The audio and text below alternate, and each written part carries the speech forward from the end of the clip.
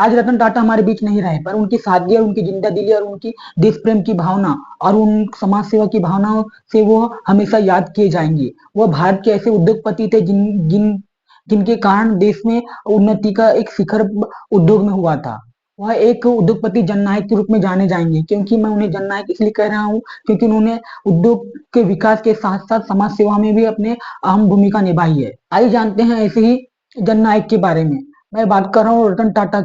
रतन टाटा का जन्म 28 दिसंबर 1937 को होता है और वो ऐसे उद्योगपति परिवार में होता है जहां पर उन्हें गोद लिया जाता है। रतन टाटा के पिता नवल टाटा और उनकी माता नवाजबाई ने उन्हें गोद लिया था फारसी आश्रम से। और इसके पश्चात तो उनकी जो प्रारंभिक शिक्षा और दीक्षा होती है वो देश में ही होती है और उच्च शिक्षा प्राप्त करने विदेश चले जाते हैं। वहां पर व्यवसायिक गुण और व्यवसायिक शिक्षा सीखने के बाद वह देश में आते हैं और उस समय कंपनी को अपने हाथ में लेते हैं, जिस समय कंपनी की दयनीय स्थिति थी। और धीरे धीरे अपने अथक परिश्रम और अथक प्रयास से अपनी काम के प्रति प्रतिबद्धता के कारण यह कंपनी को उच्च शिखर पर ले जाते हैं।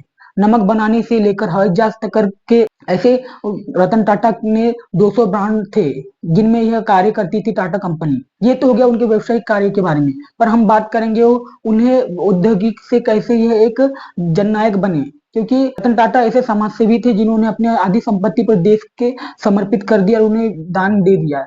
ये हमेशा समाजसेवी कार्यों पर पैसे दान किया करते थे, पर इसकी जगजाहिर कभी नहीं करते। आज जहां देश के उद्योगपति बिना किसी जाने की किसी दाम को बढ़ाने पर देश के आम नागरिक पर क्या क्या प्रभाव पड़ेगा इसका यही नहीं सोचते, पर जो रतन टाटा थे वो यह सोचते थे कि मैं जो भी कार्य कर रहा हूँ देश के आम नागरिक के लिए कर रहा हूँ और उसका जो असर होगा देश के आम नागरिक के जेब पर पड़ेगा। इसलिए वह हमेशा जागरूक होकर सचेत होकर देश के लिए ऐसे प्रोडक्ट बनाते थे जिससे वो आम नागरिक पर सीधा प्रभाव पड़ता था। ऐसा ही एक किस्सा है उनका नैनो कार को बनाना।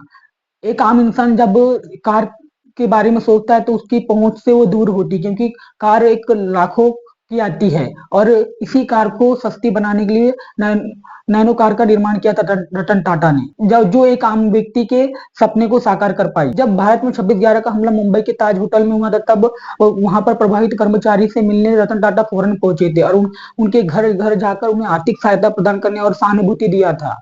ऐसे थे हमारे रतन टाटा। रतन टाटा जब भी कोई कार्य करने जाते थे वह अपने पूरे चाक चौबंद के साथ होते थे, परंतु वह कभी ऐसा भाव व्यतीत नहीं करते थे कि वो एक बड़े उद्योगपति। वो हमेशा जमीन से जुड़े हुए व्यक्ति रहते थे। रतन टाटा के बारे में ऐसी ही एक कहानी है। जब रतन टाटा गोवा जाते हैं तो उनके यहाँ पर पशु प्रेम दिखता है। वो एक स्ट्रे डॉग को वहां से ले आते हैं और वो मुंबई में उसका पालन पोषण करते हैं। उसका नाम वह गोवा रखते हैं। वो आज बहुत अच्छा मित्र होता है रतन टाटा का। देश को एक उद्योग में मजबूत रीढ़ की हड्डी बनाने में रतन टाटा का अहम योगदान है। देश को एक मजबूत अर्थव्यवस्था प्रदान करने में रतन टाटा का महत्वपूर्ण योगदान है, क्योंकि इनके पास ऐसे 200 से अधिक ब्रांड थे जो अर्थव्यवस्था को एक मजबूत श्रेणी में ला सकता था। नमक बनाने से लेकर हवाई जहाज तक ऐसे 200 से अधिक इनके पास ऐसे ब्रांड थे जो अर्थव्यवस्था को मजबूती प्रदान करता है। रतन टाटा की ऐसे ही समाज सेवी के कार्यों के कारण उन्हें जननायक कहना कोई गलत नहीं होगा।